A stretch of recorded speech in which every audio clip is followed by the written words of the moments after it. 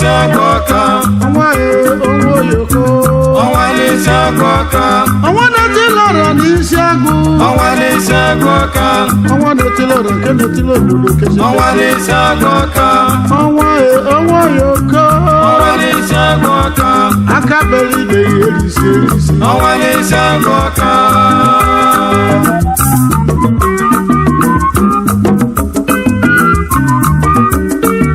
nne m ose Nwankwọ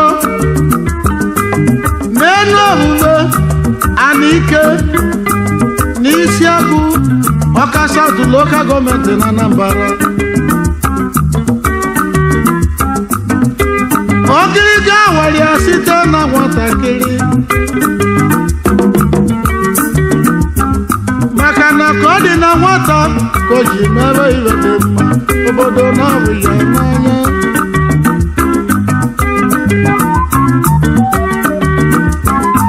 mgbe ọ na-eje akwụkwọ festi ka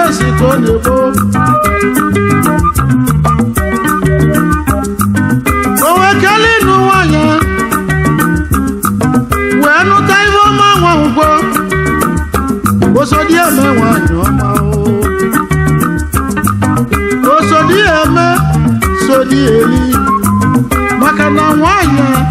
mete dị ya mma nwata nwanyị were akwa damasị gbara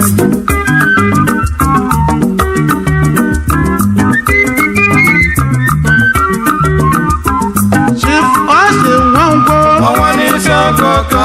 ọnwa onwe oyoko ọnwa n'isi agụka ọnwa na-etilọrọ n'isi agụ ọnwa n'isi agụka Anike ka o si eje ọnwa n'isi agụka ọnwa na-etilọrọ n'isi agụ ọnwa n'isi agụka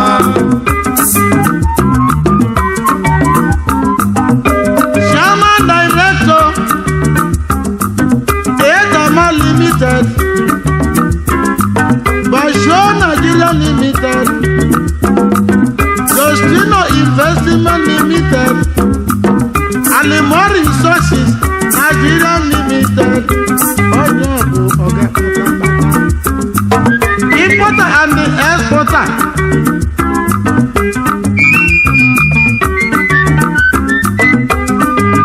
ọlọmọlụ n'isi agụ karịrị akarị a ga-ekwu okwu ka a ga-ekwu Igbo ha ọ na-agbapụla obodo mmiri ya ka o ji wee bụrụ ọnwa na-eti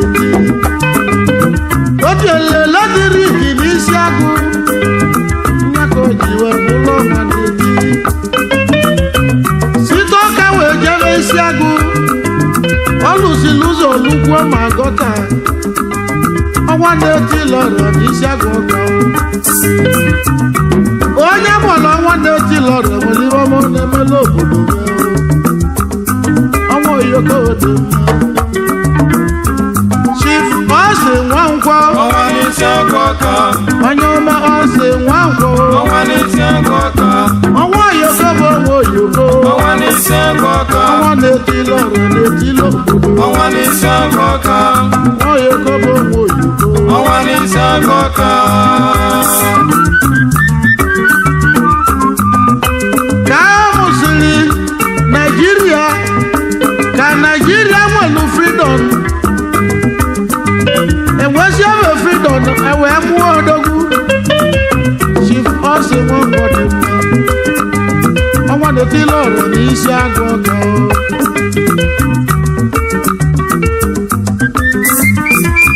a na-amụrụ odogwu kwa arọ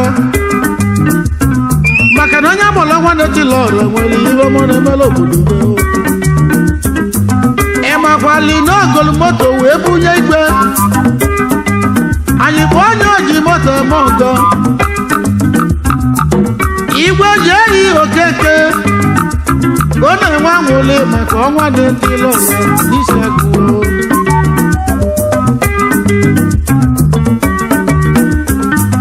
ịma na ogolu Mercedes bunye Chika Nwoye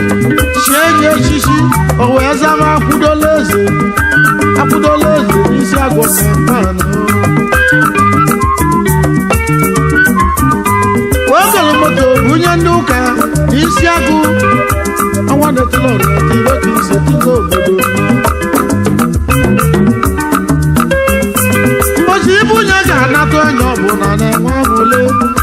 na kọntena na-atụ na-elusi ma 50 ilu Japan n'ọnụ ya ilu China n'ọnụ ya ịbata London ọ dịka obi ya ịbata Germany na onwere ama n'ebe ahụ iluzi America ọ bụrụ citizen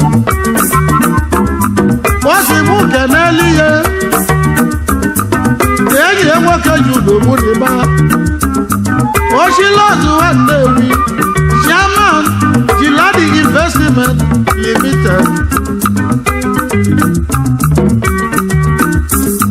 ozi mụ keneli ya chibu iji nọkabụ nwoke osisi n'isi ọbịa ebube agụ n'isi agụ ọya ọma ekene dịla udu akọ mmiri na n'Ọchala onye ọma Francis nwanwa ka mma udu akọ mmiri na n'Ọchala chairman Peters Company Limited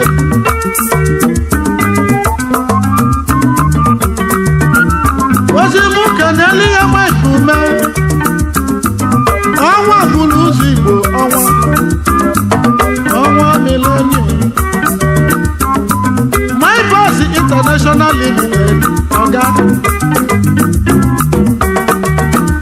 ozi mụ keneli ya Chief Marius Nwankwọ Ezugo mba n'ọgbụ chairman High Point Maritime Services Limited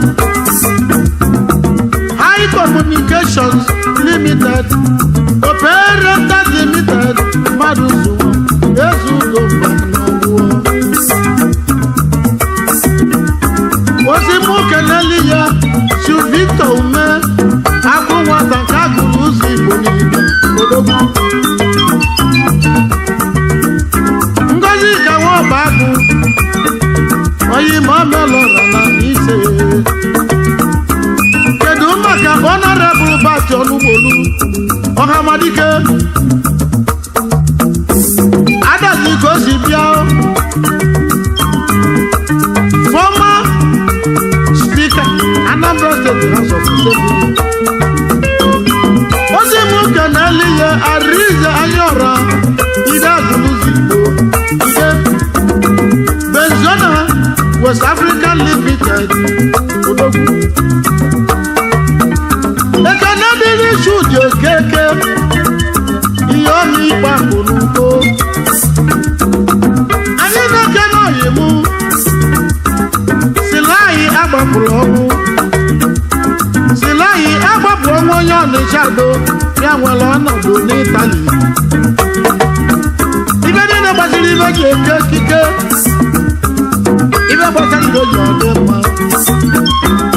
Silayi agbapụ ọnwụ ma akpụkpọ ụkwụ ma ebe dị mma ibe ji eke ekike chọwa Silayi n'ọbịa Chigozie Nwankwọ ọnwa n'isi agụkọ ọnwa ya ọnwa oyoko ọnwa n'isi agụkọ ọnwa na-etili ọrịa n'isi akụ ọnwa n'isi agụkọ ọnwa na-etili ọrịa ibe ka isi ọnwa n'isi agụkọ ọnwa oyoko ọnwa n'isi agụkọ anyị na-eke n'oyi mee Jude Eze oyi ma aka dachi na onye ọma eze nne ya onye achi na onye ọma kada na ọ ga-adịrị gị mma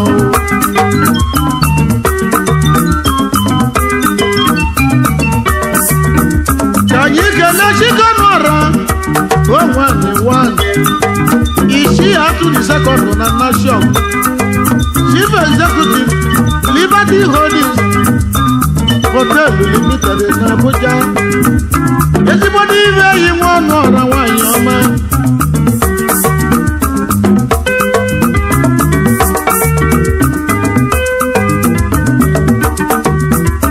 onye ọma Ose Nwankwọ ọnwa n'isi agụkọ ọnwa na-etili ọra n'isi agụ ọnwa n'isi agụkọ ọnwa na-etili ọra bụ onwe oyoko ọnwa n'isi agụkọ ọnwa